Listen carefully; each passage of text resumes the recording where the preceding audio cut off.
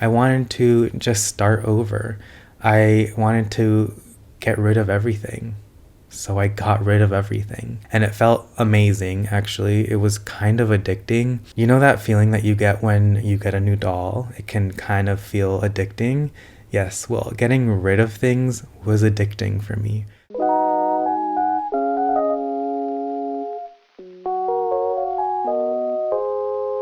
Hello everyone, it's me, Manny, and welcome back to my channel. So the last video kind of popped off. Wow, lots of new subscribers here. Thank you, seriously. Half of you are probably like, who is this random doll collector boy who popped up on my feed? And the other half of you are like, Manny, what are you doing? This isn't a vintage Barbie video. And I'm just here like... No, but for real, thank you everyone who liked and commented on that last video.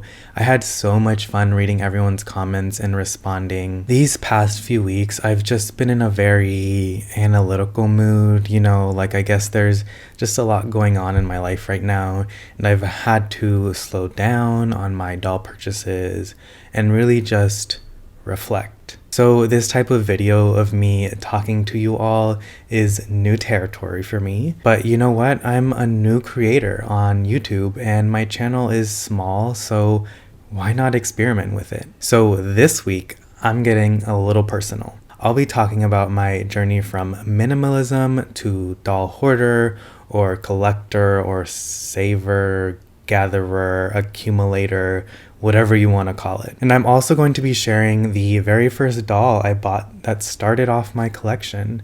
And I want you all to take a wild guess on what that doll is. I won't be telling you until later on in the video, so you have some time to make your guesses. And I do want to share with you all the current state of my collection because I think it will help paint a better picture of my journey. So let me show you all what my collection currently looks like. Okay, so here is my small but mighty doll collection. Let's go ahead and start with the top row. That's sort of like the meat of my collection. Okay, so here on my top row, we have all my vintage and vintage style dolls. I've done reviews on most of these dolls. Now this isn't all the dolls in my collection. You can see some of the vintage Barbie boxes in the back. I do have some dolls in there. I have some vintage bubble cuts in some of those boxes over there. The vintage bubble cuts I don't have displayed because I don't have very much room. And I also want to get them touched up eventually. So right now they're just sitting in boxes back there. But yeah, this is a really small shelf for my vintage stuff. And I am actually going to be moving in a few months. So I will have more space. Well, I'll hopefully have more space to display my collection a lot more prominently. And here on the bottom shelf, I have my Monster High dolls. I love all things dark and grim. One of my favorite fashion designers is Alexander McQueen. Alexander McQueen did something really similar in one of his collections to what Kulia is wearing here, the rib cage. I really like this design. It's very dark, very grim, and I'm into it. Alright, so that is my small doll collection. Hopefully in a couple months after I move, I can find a larger space to display more of my dolls. Currently, I live in a small studio space in the city, so there's not much place I can put all my dolls and display them. So this is where I have them for now. Alright, let's go ahead and head back to my desk. So that is the current state of my collection. Some of you might consider that small, which comparatively, yes, it's small compared to a lot of collections I see on the social medias. For me, honestly, I feel like I'm bursting at the seams, especially considering 10 months ago I had 0 dolls. And now I want to take you all back to 3 or 4-ish years ago. I lived in this room. Yes. This room has no bed in it because I slept on a mattress that was folded up that I placed at the bottom of my closet during the day.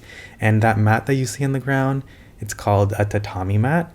It's used in a lot of traditional Japanese homes. It's where I would place my rolled up mattress and sleep on at night. But yeah, I owned very little during that time of my life. It took me about a week, maybe 2 weeks, to get rid of almost everything I owned. I got rid of my bed frame, my mattress, 95% of my decor, all of my books, more than half of my plants, and a ton of clothes. I had so many clothes. I used to work in retail, and after that I worked in costumes for theater. I got so much free stuff. I also bought a ton of clothes for myself. I just accumulated so much stuff. Stuff from my high school and college years and my first years of living in New York City. And it was all just quite literally baggage, just hiding in my closet and under my bed. And it was this time of my life that I wanted to take my career in a new direction. I didn't want to work in costumes anymore. I wanted to just start over. I wanted to get rid of everything. So I got rid of everything. And most of it was donated, of course, and it felt amazing, actually. It was kind of addicting. You know that feeling that you get when you get a new doll? It can kind of feel addicting. Yes, well, getting rid of things was addicting for me. I was like, yes, let it go. I don't need it. It's not serving me anymore. What does Marie Kondo say? Sparking joy? It's not sparking joy anymore. So I let it go. And that time, 3-4 years ago, was like the height of my minimalism for sure. There was a book that I read a few times over. It was called Goodbye Things by Fumio Sasaki.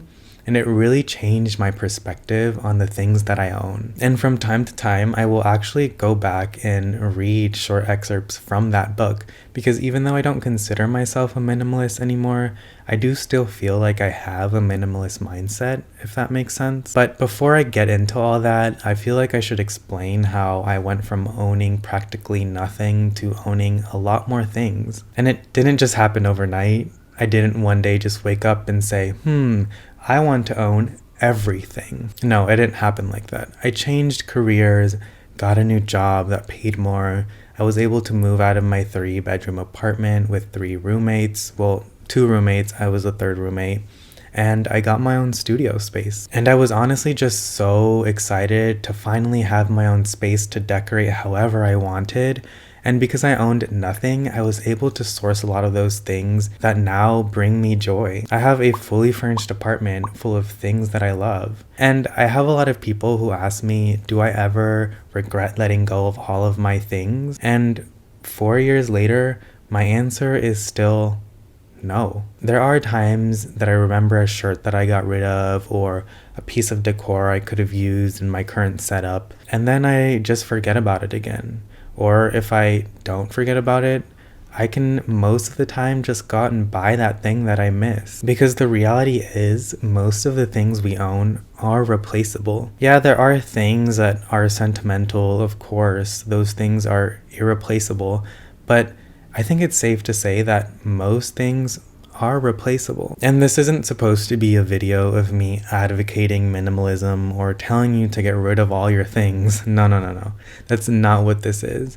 I'm just sharing my experience. You have to remember that I was in the right place at the right time of my life to let go of all these things and start over. I had a unique situation, and letting go of everything worked out for me. I learned a lot about my relationship with things that still apply today, and it's also helped me with a growing collection of dolls. And I want to share a few of those lessons with you all, and I am keeping this video doll related, so I'm going to be selecting a few of those lessons that apply to my doll collecting. One of the first takeaways from minimalism that I have is how much possessions take up your time. And if you apply this to dolls, the more dolls you have, the more time you have to maintain those dolls, keep them clean and dust free, moving them into storage and out of storage, rearranging them on displays, and so on. Our time is so precious to us, and if you have that time to manage your collection, then hey,